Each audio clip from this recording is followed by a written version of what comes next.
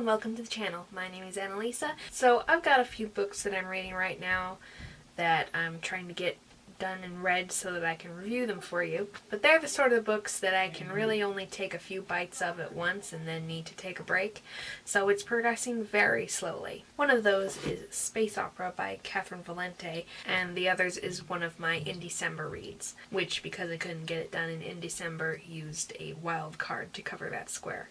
I was able to finish in December, but I'm going to leave the other books that I didn't cover in my first in December review session to review at once with this last book, so that'll be coming out in a couple of weeks. But until I get those finished, I still need content, so we're going to do a tag. And that tag is going to be the Cats and Books tag by Spinster's Library. I'll both link her and include a list of the questions below. And I'll be reading the questions off my handy dandy little donut notepad here. So one is, tell us about your cats. Name, age, hobbies, etc. And I just so happen to have one to hand. There she is.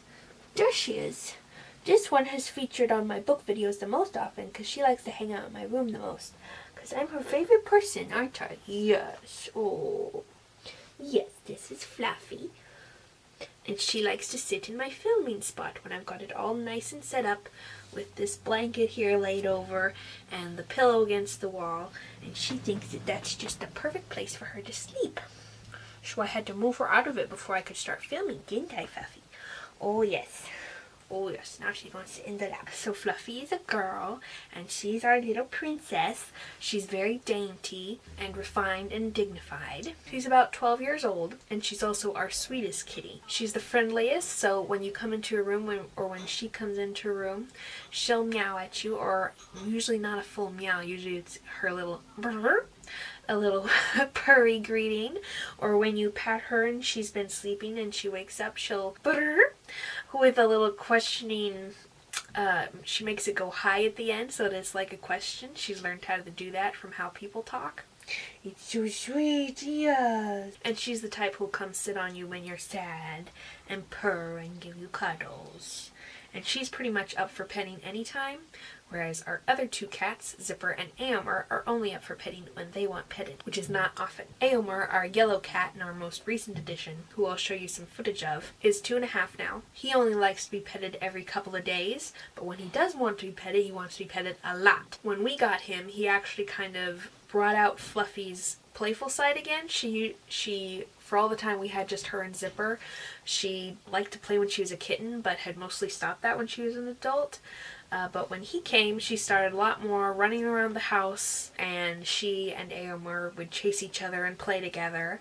And now she just gets wild randomly, and if you pet her for long enough, she'll want to play with you. Yes!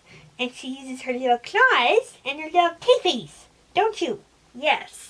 So that didn't happen before Aomer came, so he's reignited her kitten playfulness. But that didn't happen with Zipper. Zipper pretty much taught Aomer to stay away from. Zipper is our 13-some-year-old cat, who is our old curmudgeon. He's a very grumpy cat. He'll attack you in the middle of you petting him, not because he's playing like Fluffy is, but because he's just mad at you.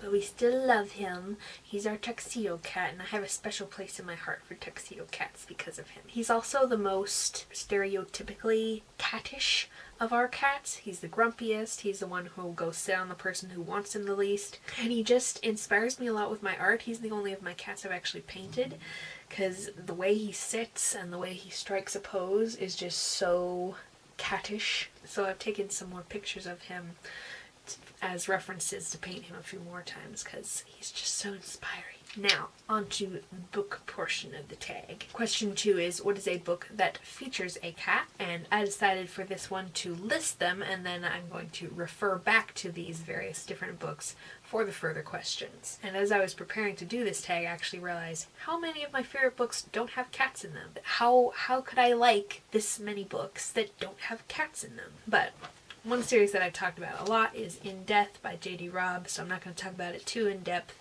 right here, but I will be bringing up the cat again in a few moments. specifically because I haven't talked about the cat that much. I mostly talk about other aspects of the book. Then there's this book that I haven't talked about on this channel before, so I'll talk about this a little bit more.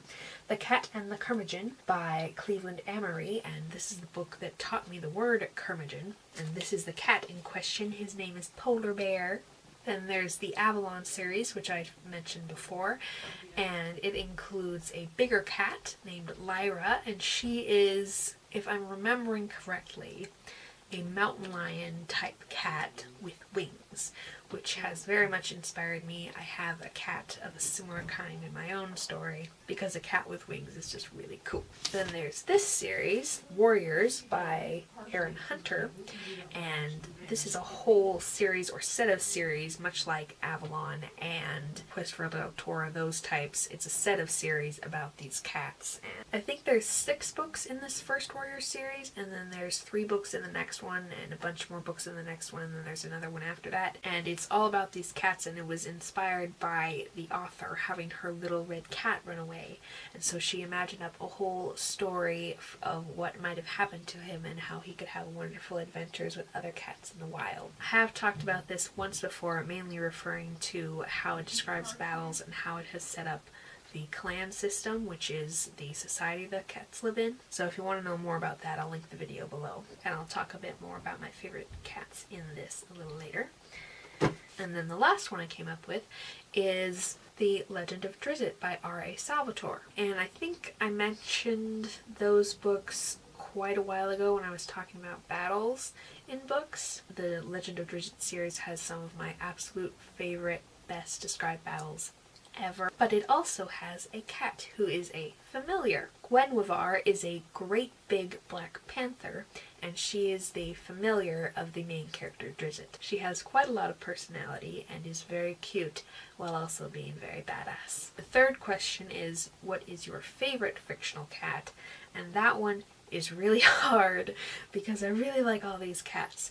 2 of them, the Gwenwivar and Lyra, I like because they're badass warrior cats. And then I absolutely adore Galahad from the In Death series because he's so cute. He's a fat gray cat, and he is a big comfort to the main character Eve and her husband Rourke. And he actually saves Eve from evil serial killers twice thus far in the series. And he tries to wake her up when she has nightmares, and he's just a fat, sweet cat, and he likes to steal bacon. And then I also really like a lot of the characters from the Warrior series. I like the main character, Firepaw or Fireheart. I really like his girlfriend, Sandstorm, who is that one right there, and that's Fireheart, the more orangey one. And I really like other characters in it, like Blue Star. I adore her. And I really love the wise, older cat named Whitestorm. And Graystripe is wonderful. There's just a bunch of really great cats in this book. And so I'm going to break it into 2 categories, and I'm going to give Gwenwivar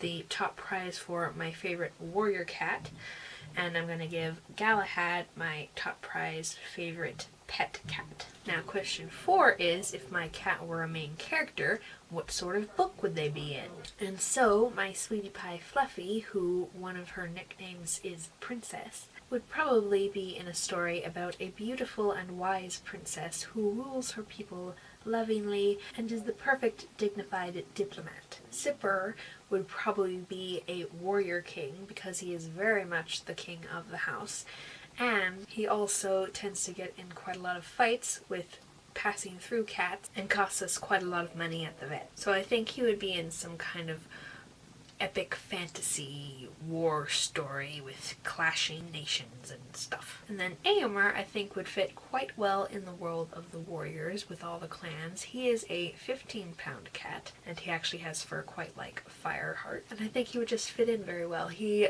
started out being a very bad hunter because he grew very quickly and is very long-bodied and long-legged and everything. So he was quite gangly for quite a while and had a hard time learning to hunt, but once he did, he's actually quite a good hunter now.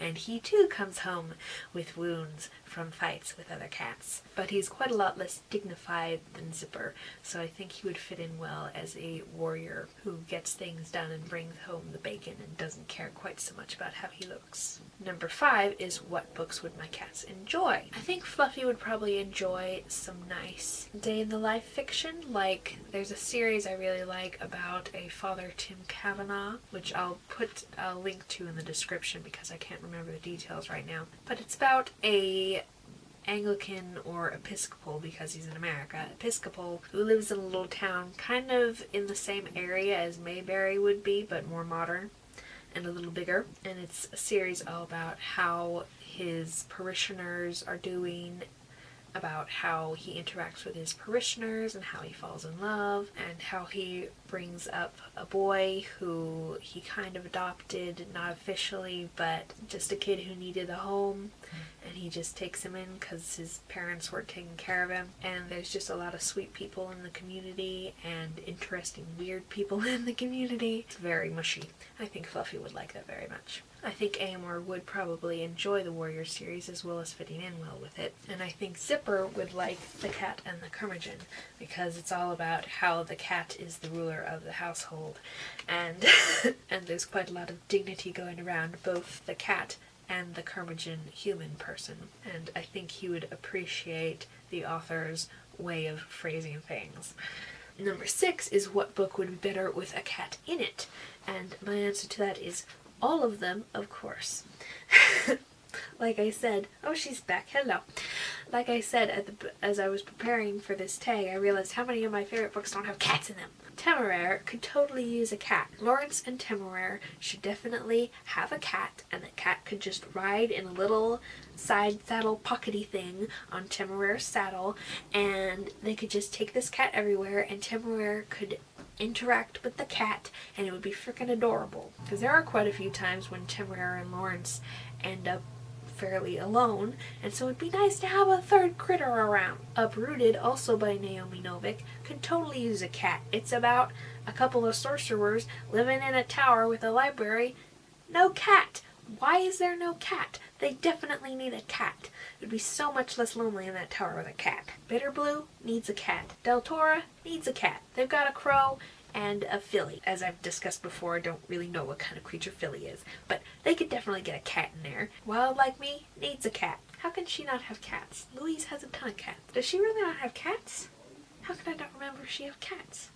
Sure, I would remember if there was a cat in that book. Akatar series needs a cat. Fairyland series needs a cat. There is actually a cat in Space Opera. He's not mentioned a whole lot, but there's a cat. And the last part of the tag is to have your cat choose your next read. So we'll see if Fluffy wants to cooperate with that. So I've got Space Opera here and my Kindle, which represents... Let me see if I can get you the cover. This book, Masters of Deception by J.C. Kang, which is my final in December read, and she stepped on this one, so I'll finish this one before I finish this one. I can't seem to get the camera set up where it was before, so I'm just gonna hold it. Thank you so much for watching. Hope you've enjoyed. I tag anybody who wants to do this tag, and I'll see you in the next video. Bye!